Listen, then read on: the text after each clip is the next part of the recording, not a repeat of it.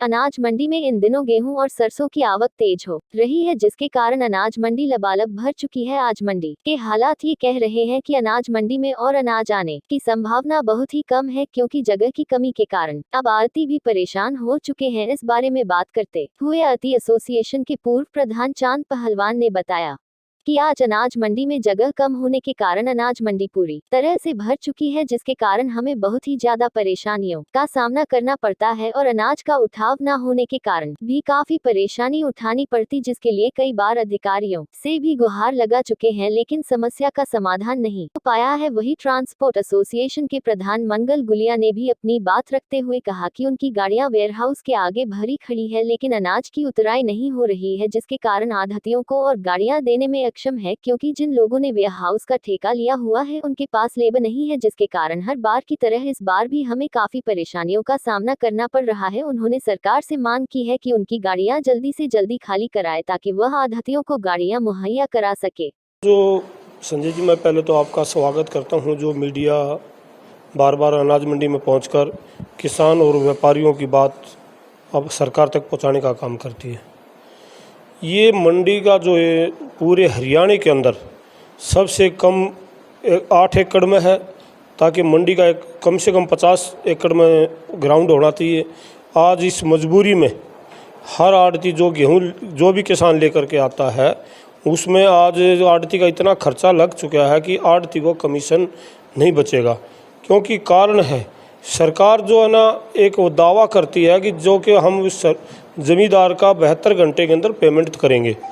जब एक प्रशासन का प्रोसीजर है, जैसे एफएडओ चाहे वेयर हाउस, जब तक गोदाम में गेहूँ जमा नहीं होगा तब तक किसान की पेमेंट खाते में नहीं आएगी।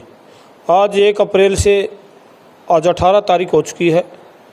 ये मान के चलो किसान का गेहूँ खेत से 90% आ चुका है, उठान ज़्यादा से ज़्यादा 10% हुआ है। और तब मैं ये कहूँगा कि किसान की जो बात कोई भी सरकार करती है उस पर खरी नहीं उतरती। आज आप देखिए, आपके सामने इतने बड़े बड़े ढेर लगे हुए हैं, एक मशीन ऊपर चढ़ती है, दूसरी मशीन नीचे से पकड़ाती है। अगर ये साथ की साथ उठान हो जाए, ना तो व्यापारी का खर्चा बढ़े और किसान के खाते में जल्दी से जल्दी पैसा आ जाता, किसान को भी फ़ायदा होता और व्यापारी को भी फ़ायदा होता।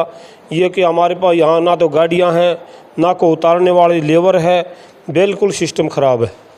और रही बात दूसरी सरसों की जो ख़रीद है वह भी मतलब साथ की साथ हो रही है। हम किसान को रोक रोक करके कह रहे हैं, भाई अपनी सरसों कम लेकर के आइए, क्योंकि यहाँ गेहूँ के कारण आपकी जगह कम है।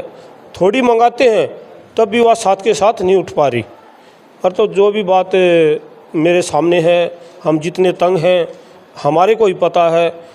एसडीएम को हम रिपोर्ट करते हैं, डीसी साहब को हम रिपोर्ट करते हैं, मतलब इससे हमारा कोई अभी तक कोई मतलब खिंचाई की बात नहीं है। जो कि किसान में खिंचाई एक ही बात की होती है कि जल्दी से जल्दी सरसों और गेहूँ गोदाम के अंदर जाएगा तो आड़ती को भी फ़ायदा होगा और किसान को भी। अब किसान आकर के झगड़ा करता, भी मैंने इतने दिन गेहूँ डाले हो लिए, हम कहते हैं भैया देंगे, अपना खर्चा ले जाओ। किसी का 1 लाख बनता, उसको 20,000 रुपये दे कर निकालते हैं, किसी को 30,000 रुपये दे कर निकालते हैं, तब उसके खाते में पैसा जाएगा। वो हमारा पैसा कब मिलेगा कब नहीं मिलेगा वो भविष्य की बात है। मांग क्या करते है सर? मांग क्या करते हैं सर? हम तो सरकार से एक ही मांग करते हैं कि जल्दी से जल्दी इस गेहूँ का उठान करा जाए और गोदाम में जमा हो जाए, ताकि किसान की पेमेंट खाते में आ जाए। हमारी सबसे बड़ी डिमांड यही है कि जो जितने मैं आपके चैनल के माध्यम कह रहा हूँ, जितने तंग हम आज हैं इतना तंग हमें कभी भी नहीं देखा। संजय भाई, सबसे पहले तो आपका धन्यवाद, जो आप हमारे ट्रक ड्राइवर गाड़ी वाले भाइयों के लिए जो दुख को महसूस करके यहाँ पे आए। मैं बताना चाहूँगा आपके माध्यम से कि इतना बुरा हाल हो रहा है मंडियों में, किसानों का तो है ही है, आड़ती भी परेशान है। उसके बाद जो आड़तियों का काम करने के लिए गाड़ियाँ जा रही हैं, वहाँ पे अनलोडिंग का काम सुचारू रूप से नहीं हो रहा। जो भी ठेकेदार हैं, ये मैं खुल के बताना चाहूँगा, ठेकेदार ऐसा करते हैं, अपने लल्लो पत्तों करके अपना काम ले लेते हैं और उनके पास संसाधन पूरे नहीं होते। उसके बाद परेशान होना पड़ता है किसानों को और आड़तियों को और गाड़ी वाले को। अब आप मौके की स्थिति देखें, वहाँ पे तालाब गोदाम में जो एफिड का माल जा रहा है, वहाँ पे ना 50-50 गाड़ी की लाइन लगती है। नाइट डोमिनेशन के टाइम पे वहाँ पे एक्सीडेंट होने का खतरा होता है। और उसी रोड पे इतना ज़्यादा रश है, डस्ट का भी गाड़ियाँ वहाँ होती है, चोरी होने का वहाँ भय रहता है। मतलब यहाँ से जो भी है अपने ठेकेदार वो अपना पल्ला झाड़ लेते हैं। सबसे ज़्यादा दुखी है तो आज के दिन ये गाड़ी वाले दुखी हो रहे हैं। अधिकारियों से बात हुई इस बारे में? इस बारे में हम अधिकारियों से मिले, एसडीएम साहब ने भी आश्वासन दिया था। अभी डीएफएससी साहब से मिले थे, वहाँ पे हमने अनुरोध किया है कि आप यहाँ पे अनलोडिंग के पॉइंट ज़्यादा बढ़ाओ ताकि इसकी अनलोडिंग स्पीड से हो उसकी। अगर अनलोडिंग नहीं बढ़ाएंगे तो हम आगे गाड़ी देने के लिए मना ही कर देंगे, क्योंकि वहाँ पे ना 3-3 गाड़ियों की तो टायर भी फट ली। हर बार दिक्कतें यही आती बिल्कुल हैं। हर बार होती है, हर बार इससे कोई सबक नहीं लिया जा रहा। हर मंडी पिछले कई सालों से चलते आ रहे हैं, यहाँ काम करते देख रहे हैं हम, हर बार यही समस्या होती है जाम लगने की। और वहाँ पे अनलोडिंग की सबसे बड़ा इशू अनलोडिंग का, और वो काम होता है ठेकेदार का। जो भी वहाँ पे ठेकेदार ले रहे हैं, हमारे यहाँ तड़ा गोदाम में महेंद्रपाल जी ठेका ले रहे हैं, जिनके पास टेंडर है, उनके पास आदमी नहीं है। पॉइंट कम से कम वहाँ पे 10 से भी काम नहीं चले, पॉइंट चल रहे सारे 6। उसमें से भी जहाँ पे खाद की गाड़ी आती है, जैसे खाद का काम है गवर्नमेंट का, खाद की गाड़ी भी अनलोडिंग कर रहे हैं। तो डिमांड क्या करते हैं आप, मांग क्या करते हैं? हम डिमांड प्रशासन से यही करते हैं कि एक तो वहाँ पे सबसे पहला कार्य तो वहाँ पे अनलोडिंग के लिए पॉइंट बढ़ाए जाएं, लोगों उसकी जो अनलोडिंग करने वाली संख्या बढ़ाई जाए।